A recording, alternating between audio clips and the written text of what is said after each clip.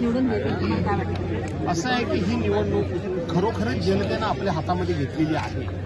त्याचं कारण असं आहे की गेल्या 10 वर्षामध्ये 10 वर्षापूर्वी जनते खूप मोठ्या विश्वासानं देशाचे पंतप्रधान नरेंद्र मोदी यांना संधी दिली.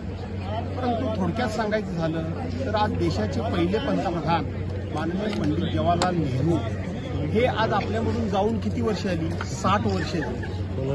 नंतरच्या पंतप्रधान कैलासवासी इंदिरा गांधी जाऊन 33 वर्ष झाली. त्याच्यानंतर आता राजीव गांधी जाऊन, इंदिरा गांधी जाऊन 33 नाही 40 वर्ष झाली. राजीव गांधी जाऊन 33 वर्ष झाली. अरे, देशाच्या माजी पंतप्रधानांबद्दल तुम्ही टीका टिप्पणी आरोप करून सत्तेवर आला तिथपर्यंत ठीक आहे, पण सत्तेवर आल्यानंतर तुम्ही त्यांचा आदर राखायला पाहिजे होता आणि आपलं काम सांगायला पाहिजे. पण आपली मन की बात याचा अर्थ असा झाला की मी म्हणेन, मी बोलेन तेच खरं, मी बांधीन ते तोरण आणि मी ठरवीन ते धोरण. पण या देशातली जनता जागरूक आहे, सुजाण आहे, चौकस आहे. त्यांना कळून चुकलं की या माणसाला आणखीन जर आपण संधी दिली तर देशाचं वाटोळं तर झालेलंच आहे, पण पार देश रसातळाला जाईल. आणि म्हणून आम्ही नाममात्र उमेदवार आहोत, आघाडी म्हणून आम्ही उमेदवार आहोत, परंतु ही निवडणूक जनतेनंच हातामध्ये घेतलेली असल्यामुळं आम्हाला आमचे उमेदवार निवडून येण्याची यत्किंचितही चिंता नाही.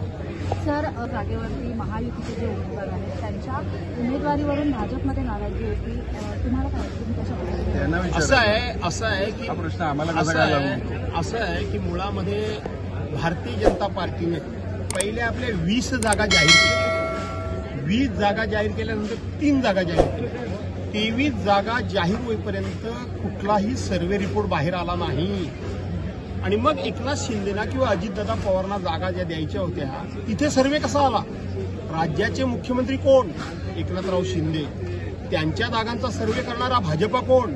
आणि म्हणून एकनाथराव शिंदे हे भाजपाच्या हातचं नाममात्र, मी पुढचा शब्द वापरत नाही, आणि म्हणून ही नंतरची टिंगलटवाळी झाली की ह्या जागांवरून. त्याचं कारण एकनाथ शिंदे आणि अजितदादांना भारतीय जनता पार्टी कवडीचं महत्व देत नाही. मला वाटतं आजच्या दिवसाला